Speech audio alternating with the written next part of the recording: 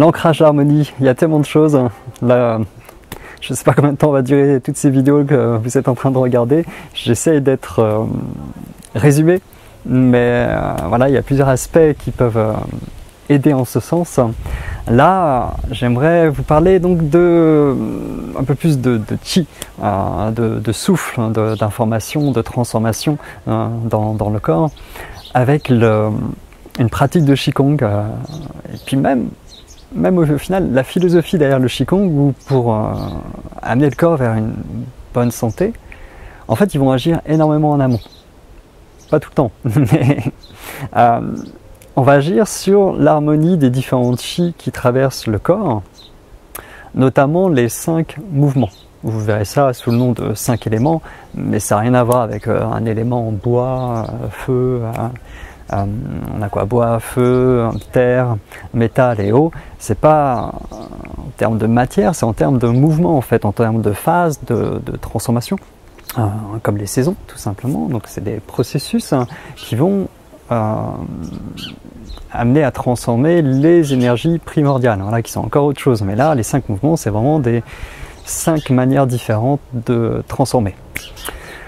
Et si on ne prend pas en compte ça, du coup on mélange tout et la théorie elle ne sert plus à rien à part embrouiller encore plus et ne plus pouvoir soutenir les différentes pratiques. Donc le Qigong, ok, il y a plein d'exercices sur les méridiens, sur les organes, il y a tellement de choses différentes qui d'ailleurs viennent beaucoup de l'influence de la médecine apparemment, en tout cas des infos que j'ai pu recevoir. Et pour agir encore plus en amont que ça, on agit donc sur les 5 mouvements. Comme c'est un principe ultra fondamental comme le yin-yang, voilà, les deux extrêmes, le fait d'agir sur cette couche-là va en fait, sur le tronc en quelque sorte, va agir sur toutes les branches. Donc d'une certaine manière, on est sûr de toucher un petit peu à tout grâce à ça, notamment aux 5 émotions par exemple.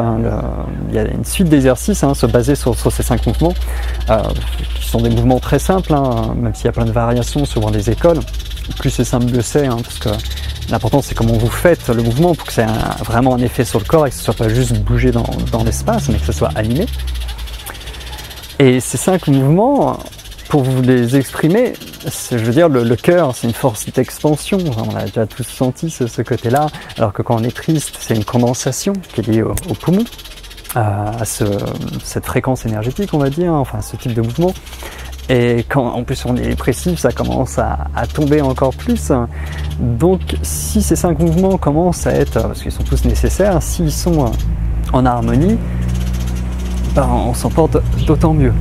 Et c'est là où on va avoir plusieurs étapes, parce que plus on harmonise ces différentes chi qui composent le corps, et plus ça va infuser justement les organes, et leur fonctionnement va pouvoir être plus optimal, plus les méridiens aussi vont pouvoir circuler comme il faut et assurer leurs différentes fonctions.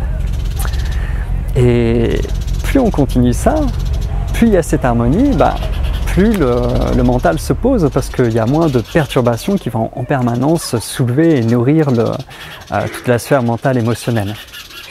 Donc ça commence à avoir des implications, des effets de plus en plus sur différentes couches de nous. Si le mental est posé, c'est-à-dire stabilisé, on va moins être mené par le bout du nez, notre nature va être plus tranquille. Et voilà, ça va permettre d'être canalisé, mais sans rien faire pour. C'est ça le gros point en fait, à un moment des pratiques, c'est de changer, d'avoir nos pratiques, c'est du fuel en fait pour changer notre quotidien, pour changer comment le corps va être au quotidien, le corps au sens large du terme, et pour que quand on fait rien, on soit bien. Voilà. 5e étape, enfin dans 4e, c'est justement l'influence sur les émotions qui vont être beaucoup plus ténues en quelque sorte. Nos actions vont beaucoup être moins teintées par ces émotions, donc voilà, on va être beaucoup moins réactif par rapport à des stimuli qui arriveraient vers soi, donc c'est plus tranquille aussi.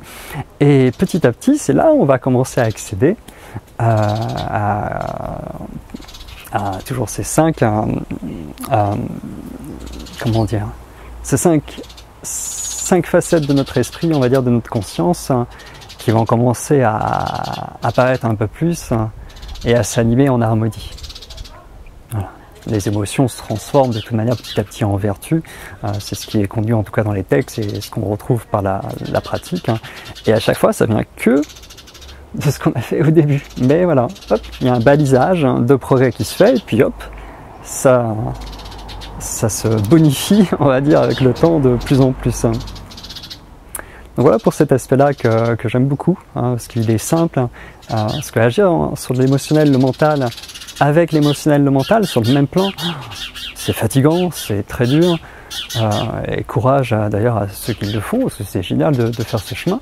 Par contre, ouais, c'est éprouvant, et je trouve que ça agit pas toujours le plus profondément de ce qu'on pourrait avoir si on agit de manière indirecte en amont. Voilà. C'est pour ça que j'aime bien ces techniques tout simples de passer par le corps, et de plus en plus de professionnels se rendent compte qu'il faut passer par le corps. Voilà, ce qui est un bon début pour accéder petit à petit à des transformations plus cool. Toujours le même principe.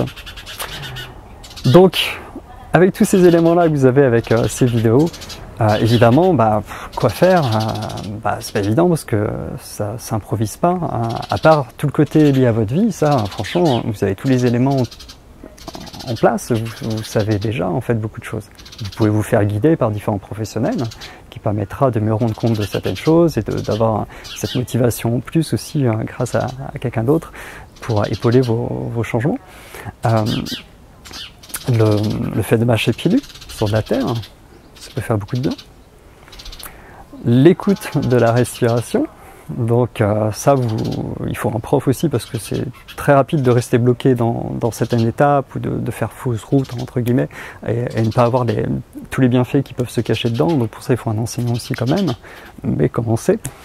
J'ai réalisé une petite vidéo en plus sur le sujet. Et ça peut déjà avoir un guide, voilà, même s'il y a plusieurs méthodes qui peuvent être possibles pour ça. On en revient toujours à ce côté de s'infuser en fait et d'écouter l'effet de la respiration sur le corps, tout simple.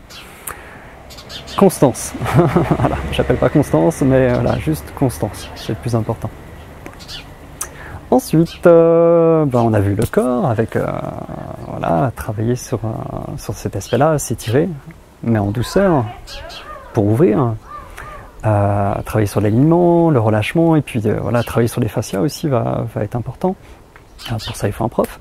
Et les pratiques sur les 5 mouvements, les Wu, Xing, Qigong, j'ai essayé de la faire un peu à la chinoise.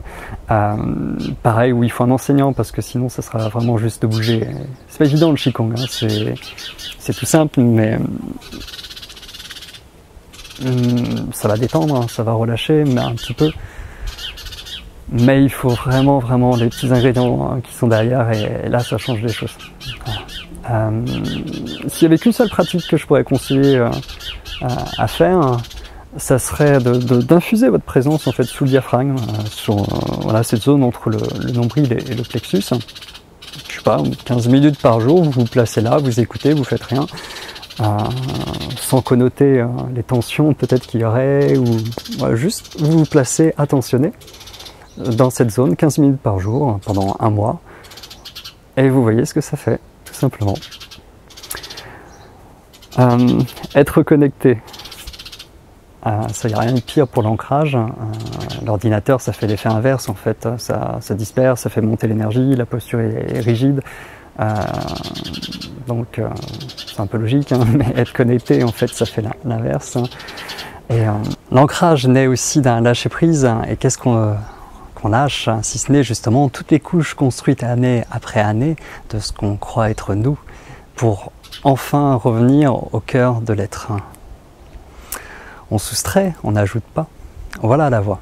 Et ce n'est pas une philosophie désincarnée ou théorique, c'est vraiment pleinement pratique et ça se retrouve sur toutes les couches de la pratique.